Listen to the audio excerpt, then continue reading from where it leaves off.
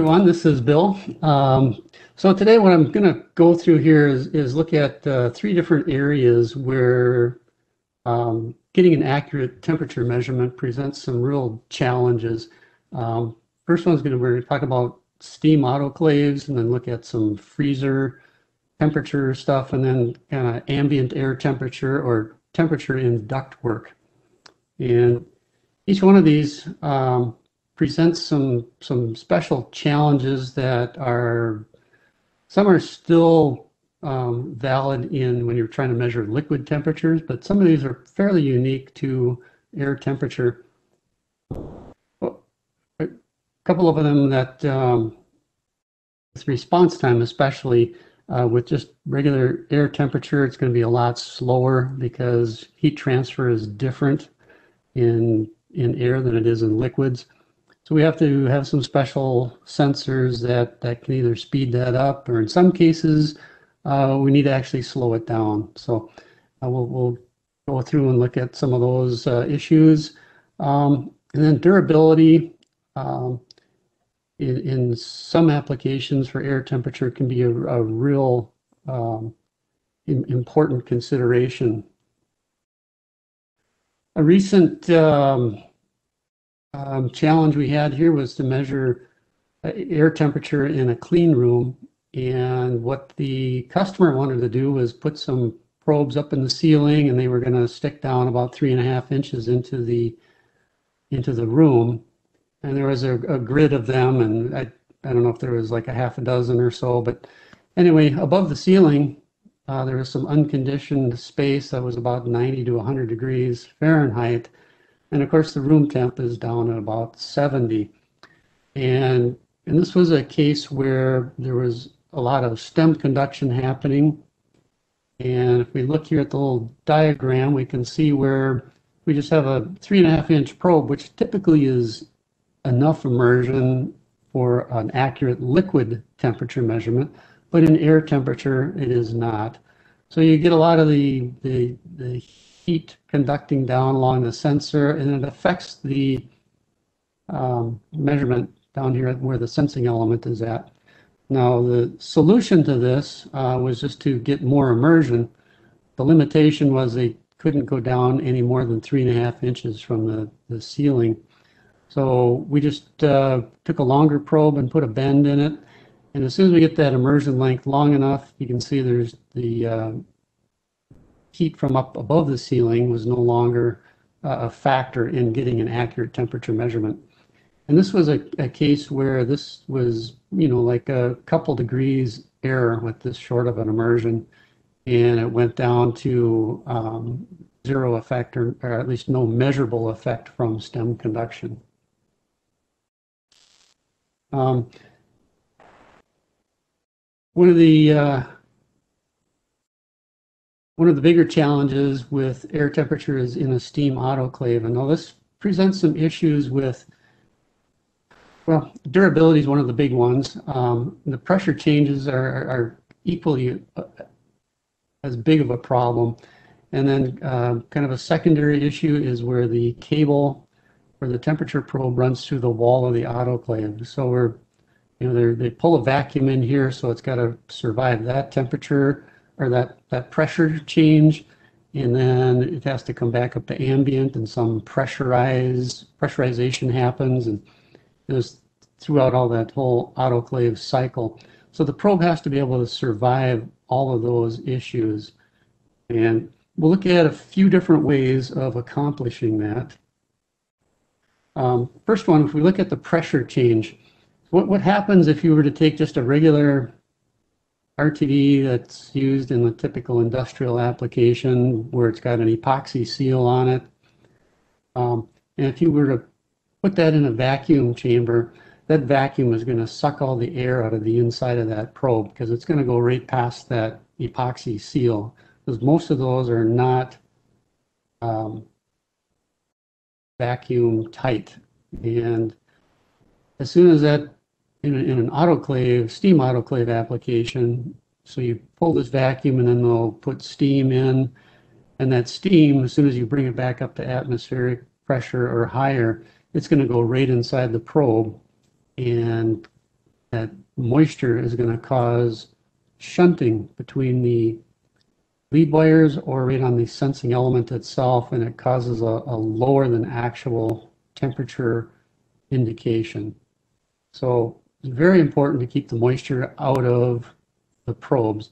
And the one of the first ways we're going to talk about here is just covering the cable with a hose of some kind. This happens to be an EPDM hose, and it's quite durable.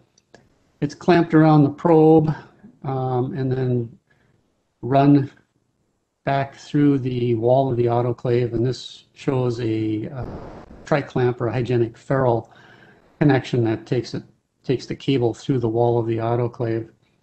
And we'll look at this multiple feed-through thing here too, because this will allow, we can probably get up to like 4, maybe 5 sensors on a 2-inch hygienic ferrule. So if you need multiple probes inside of an autoclave, this type of a setup will accomplish that. Another solution is just to completely mold the sensing element to the jacket of the cable. And this would be the type sensor that would be used in maybe a small benchtop autoclave, or maybe maybe a cabinet style where you're just doing a small table or something, or a tray full of instruments. And these work really well for that type of application. You do have to be a little bit careful with the cable jacket, because that is part of the moisture and vacuum seal of the probe. You don't want to nick that or cut it in any way. The stainless steel sheath is put on these probes mostly just for durability, to provide some protection to the sensing element in case it gets dropped or somebody sets something on it. Those kinds of things. So that's one way to accomplish this kind of this waterproof and moisture pressure proof RTD temperature probe for an autoclave.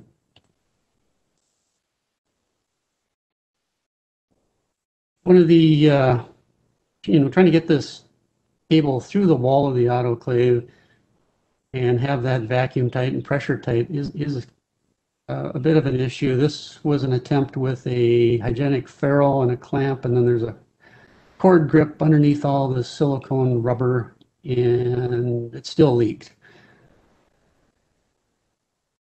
The solution, and I just had mentioned this too, is to put this tri-clamp on the hose and run the cable through that, and that way we eliminate the cord grip connection, because all the pressure seal is obtained by having the hose connected directly to the probe. This particular sensor here has a compression fitting here that clamps onto the probe, and another one that clamps onto the hygienic ferrule that runs through the autoclave wall. And again, that style can be used with the multi-sensor feed-through option. One of the durability with the cable itself is important, and having the hose covering, whether it's the EPDM or some other even heavier duty version.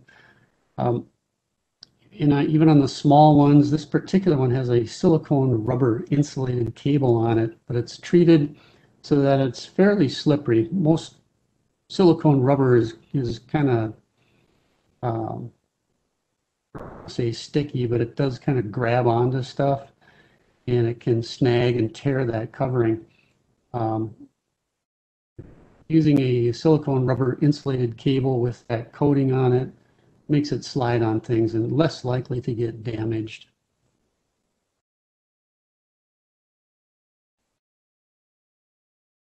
The kind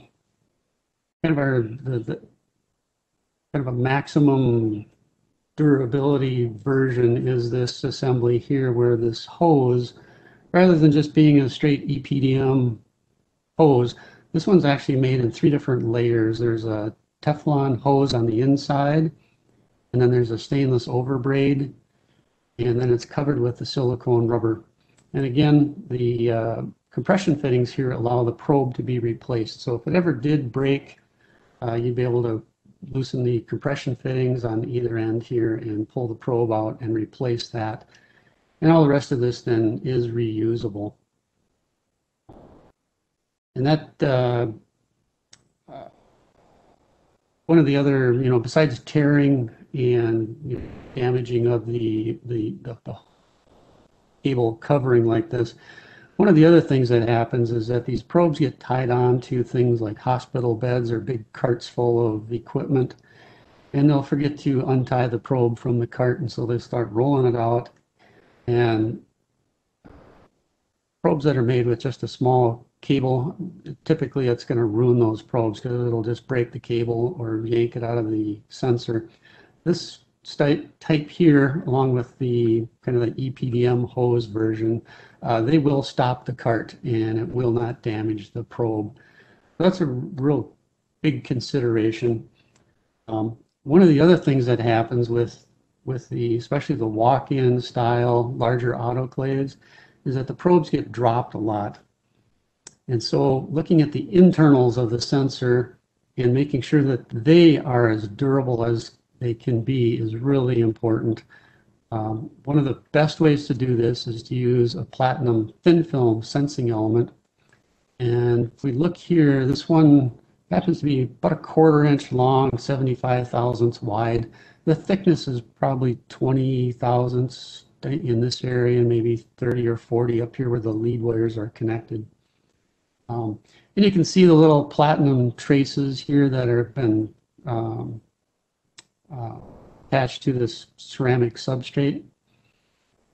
So just this element by itself sitting here is actually fairly fragile. One of the most fragile areas is right here where these lead wires are attached. So but when this is packaged correctly and these leads are supported so that they can't move or have relative movement between the lead and this glass material that's covering the platinum traces, they can be extremely durable.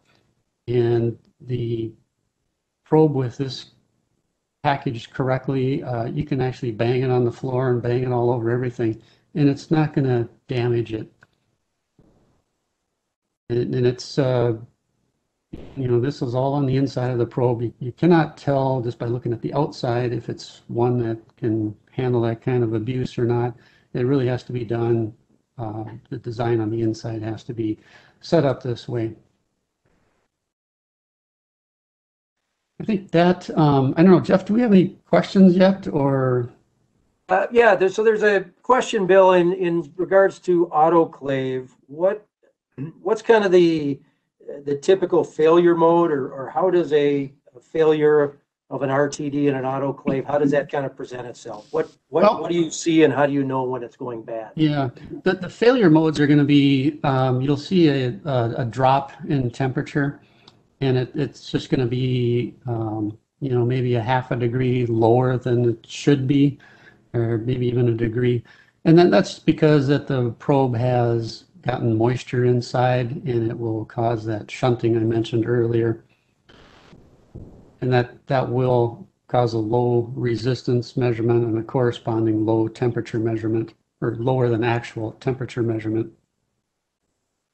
The other failures I've seen have just been open circuit, and those are typically just because the probe was dropped, and the sensing element wasn't designed to handle that kind of abuse, and some of the little cylindrical sensing elements are a little ceramic tube, and if you drop those on a concrete or a stainless steel floor in an autoclave, they're gonna crack, and that will lead to an open circuit.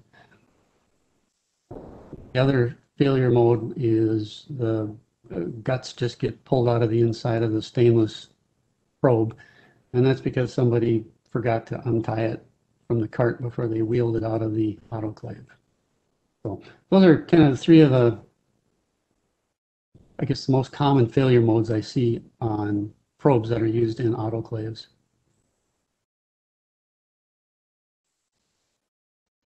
So with that, the next one I'm going to just talk about here is freezers.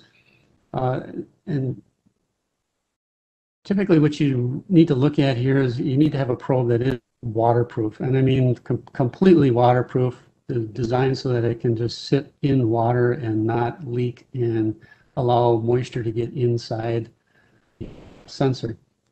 You know, same thing that I just kind of mentioned with the autoclave. In fact, there are some of these that are interchangeable. You can use them in a steam autoclave or you can use them in a freezer because they both require that waterproof construction.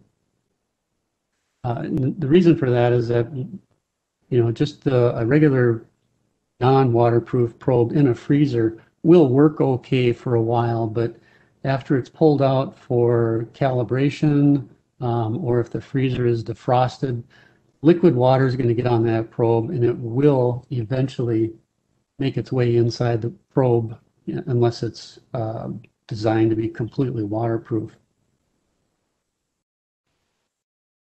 Some of the other issues, there are challenges that we run into in freezers is with the cable insulation. When it gets cold, it gets brittle, and it's going to potential that it may crack, and that does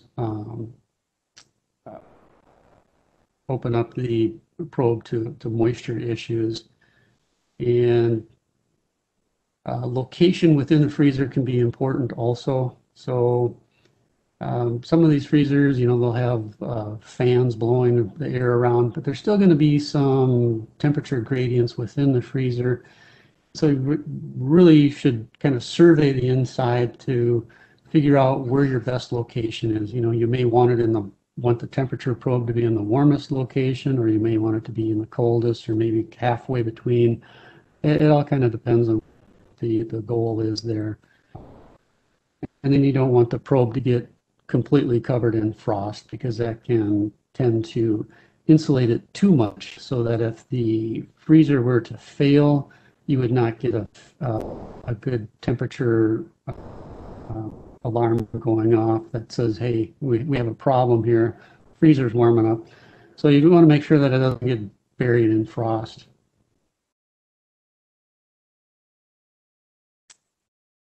Some of these other designs, you know, these are, they're, you know, the basics of the sensing element and the waterproofing are fairly similar.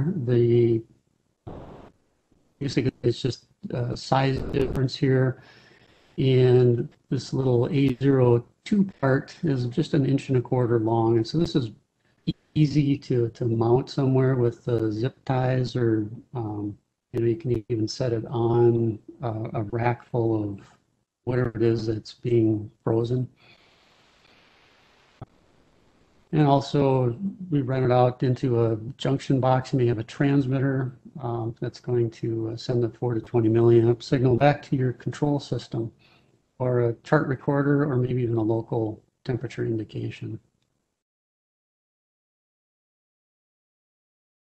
And again, probes look the same, but you really need to pay attention to making sure that you have one that's waterproof. And said a water resistant probe is going to last maybe 6 months or a year, but eventually you get moisture inside and then it will fail. And that's a issue. The other, the time response, we have, you know, when you open the door to a freezer or even a refrigeration, let in a bunch of warm air, and you don't want the temperature probe responding instantly to that rush of warm air coming in as that door is open. It can set off a false alarm. So there's some things that can be done to slow down the response time of the probe in those situations. There's this little bottle full of glycol. You can dunk the probe in that, and it will slow down the response. We did some testing on this, and I found that this slows it way down, like it might be way too slow. A little Teflon sleeve over the sensor actually works pretty well. It slows it down about 15 minutes or so, maybe 10 minutes. so that you can either take materials out of the freezer or add more in, and you still have that little 10-minute window before an alarm is going to go off. Some of the transmitters that you can use for signal conditioning for RTDs do have a delay feature. Ones I'm familiar with, you can set it up to 60 seconds, so it will not take a reading for 60 seconds. I suppose in a smaller freezer, if you're doing, quick in and out, that might be just fine. But either one of these, this glycol bottle or maybe just a Teflon sleeve over the sensor, seem to work pretty well with, I guess this would be my first choice, the Teflon sleeve.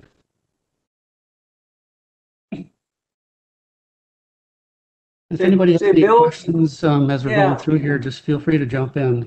Yeah, so Bill, one of the questions is what for a freezer measurement, what's what kind of accuracies are achievable in a freezer? Either minus 196, minus 80, minus 70. What's a realistic expectation for what kind of accuracy is achievable? Well, if we were to take a probe like this with a transmitter and actually do a matched calibration between the probe and the transmitter, so we calibrate the sensor, get the temperature coefficients and things, and we plug that into the transmitter brains, you can end up with about plus or minus 0.2 degrees C accuracy, and that's over the range, minus 196 on up to, I suppose realistically, you want it to come up to about room temperature, but that, it's over that range, you can get that kind of accuracy.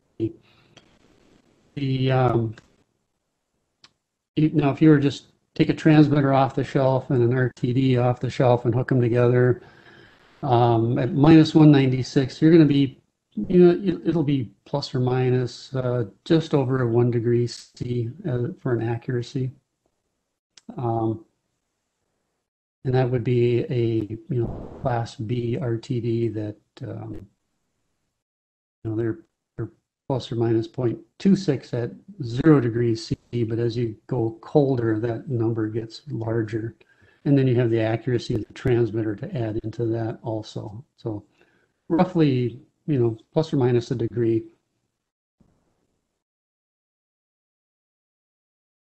Anything else there?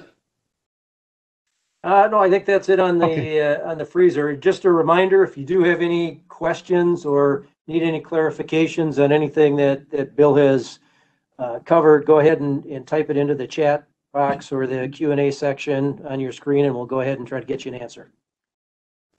Yeah. So moving along to ambient air temperature in ductwork. There's some different challenges here, and these are, so we can have heat radiated from, well, the sun is an obvious one, or nearby pipes. There might be some lighting or electric motor or things that are radiating heat or even cooling. And so if we're trying to measure air temperature in those kinds of locations, we need to make sure that we block that radiated heat or cold from the air temperature we're trying to measure.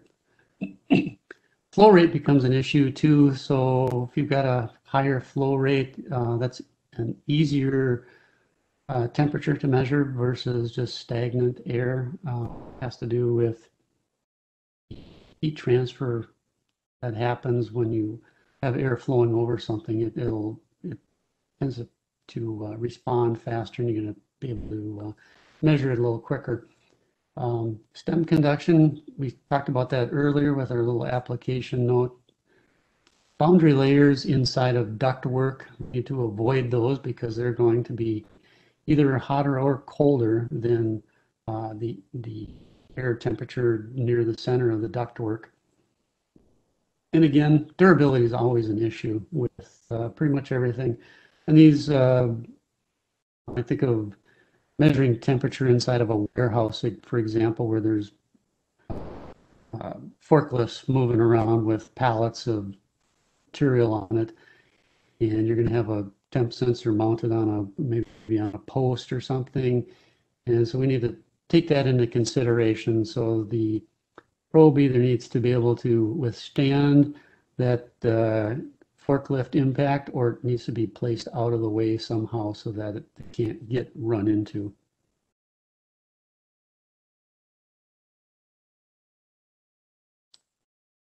A few different options here. There's some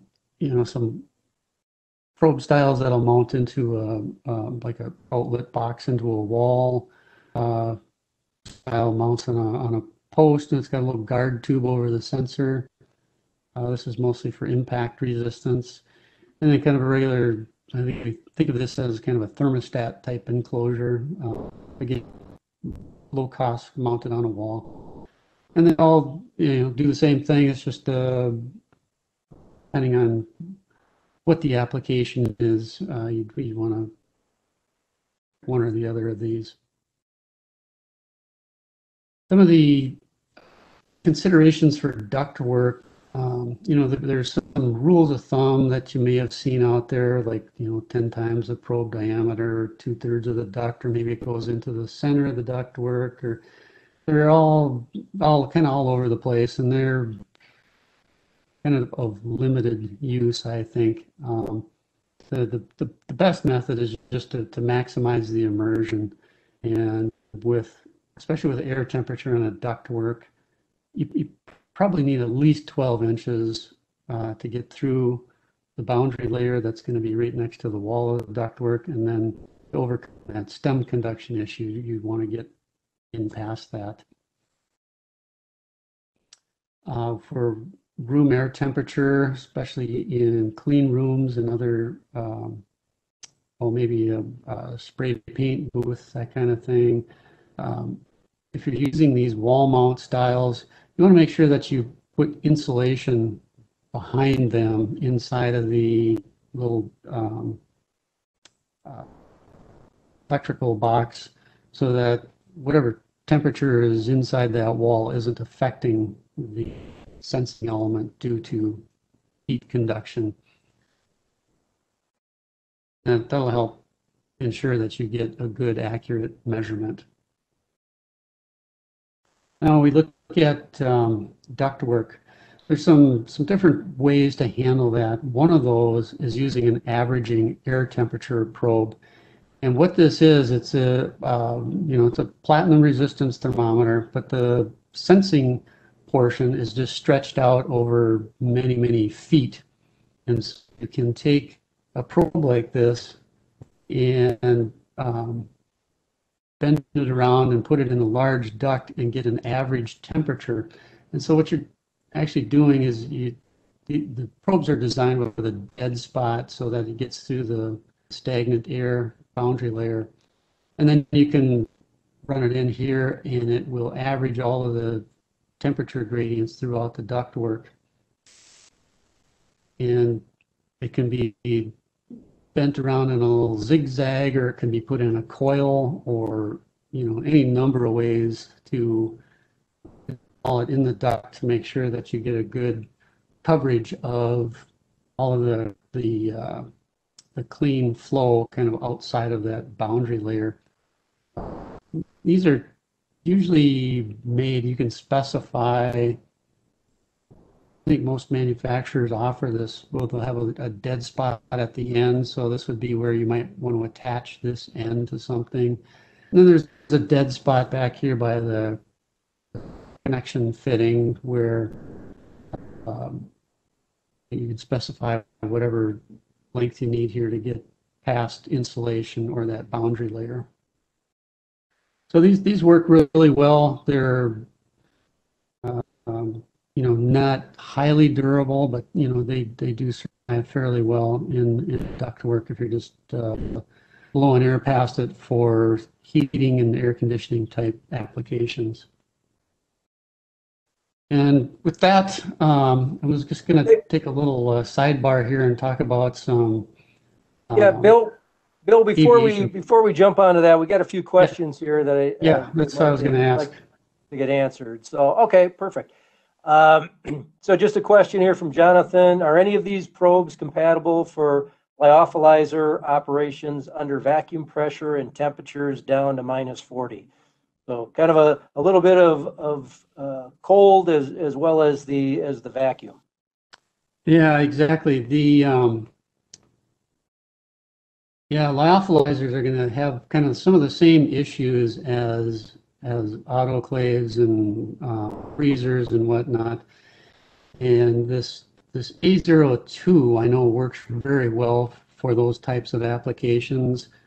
It's small enough so that it could fit down into a small thermal well, or it could just be placed right into the into that system, and they'll handle -40 C no problem. This they're rated. This particular one's rated at -196 C.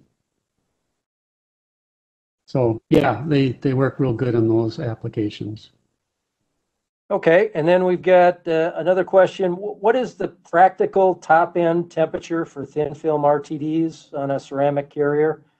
It says, I've used them to 300 C, but curious how much higher they can go. This is a Yeah, question for that's a good question. I mean, if you look at the manufacturers I've seen will rate those to like 850 C for one variety. Um, have chosen to limit our usage of them from -50 up to 200 C. Um, they do tend to drift a little faster than like a weather wound sensor, um, but you know it. If you do widen out the specifications and things, I mean, I mean, you can use them up to 850 C. They need to be packaged correctly, of course, but um, and they typically will only work over, maybe from 100 to 850 C. There'll be a range that the thin film is rated at the higher temperatures like that. Um, and they'll also go down to liquid nitrogen, all, but we've just found that performance really isn't where we would like to have it for those kind of extreme applications. Okay, and a couple more questions here. One, is there any minimum length of RTD inside the freezer or autoclave that allows for higher accuracy? No, typically in both of those, the full probe is completely immersed into those environments. So really don't get into the probe length so much. Um, we do offer different length probes for those applications, but it's typically to accommodate some mounting considerations, whether it's uh, they need to put it in a particular fixture or something, or if they have some calibration requirements where they need to have a probe that they can drop into their calibration equipment to test it. Okay, and then a question from Dennis. Does bending the probe affect accuracies? Probably referring to the averaging probe that you showed earlier. Well, you do need to be careful bending an averaging probe. There are instructions that come with it that will tell you how to do that. Um, some of these and I think other manufacturers also, they'll just put it in a coil, like a kind of like a big coil spring almost. Um, and you can take it from there and you can straighten it out or do whatever else you want with it. Uh, and it doesn't affect that. It doesn't affect the accuracy of that style of probe. Now, some of the other, just straight single point temperature probes will, well, they can be bent and some cannot. Um, There are some that are made with this mineral insulated cable, and those are bendable. Uh, you can put like a 90-degree bend in it, and you have to stay 2 or 3 inches away from the tip of the sensor so that you're not going to affect the sensing element. And it's okay to bend those. But some other RTD probes, if you bend them, you're going to put some strain on the internal lead wires and probably cause problems with it. All right. Thanks, Bill. Appreciate it. Okay. So I wanted to take a little sidebar here and just show how platinum resistance thermometers are used in some other applications in aviation. And they're used for measuring this total air temperature, and this data is used in their air data computers and also for their power settings of the turbine engines. These are parts that Rosemount Aerospace used to build, and then it turned into, I don't know, BF Goodrich, and I think it's United Technologies now. But these have a platinum resistance thermometer inside of them, and they also incorporate heaters to melt ice off of these. They have to be able to survive hail strikes, bird strikes, a lot of vibration, and they're quite specialized for doing that air temperature measurement. And I'm probably a little different, but when I'm at the airport and standing there waiting for the planes to come in, I always kind of check out where all the sensors are on them. And on a 747, you'll see two of these little platinum thermometers right below the windshield. And on other like biz jets and some of the other airliners, they'll be right down at 4 o'clock from the pilot's perspective, sticking out of the fuselage there. And this photo is from an Airbus A320, and this is a total temp sensor that's hanging down right in front of the fan. And as you can imagine, having this one pass all the bird and hail strike tests are really important because they don't want one of these things breaking off and going through the fan, because that will take out the engine. So anyway, just thought that little trivia for today. So with that, we're just going to wrap this up and see if there's any other questions. I think right now I don't see any other questions, but if somebody does have questions in the future, you'd like to get contact us. Bill, I think you've got some contact information maybe on the next slide. Feel free to, there we go. Okay. Yeah, feel free to send us an email, give us a call. More than happy to answer your question, whether it's about an application, one of our sensors, somebody else's sensor. Happy to try to point you in the right direction, get you the information that you need. So with that, we'd like to thank you for spending some time with us. We look forward to seeing you again. I think our next RTDology session probably isn't until fall. We've taken a little time off over the summer, but keep your eye out for that through your email. We'll send you a notification of that. And with that, enjoy your day, and we'll see you next time.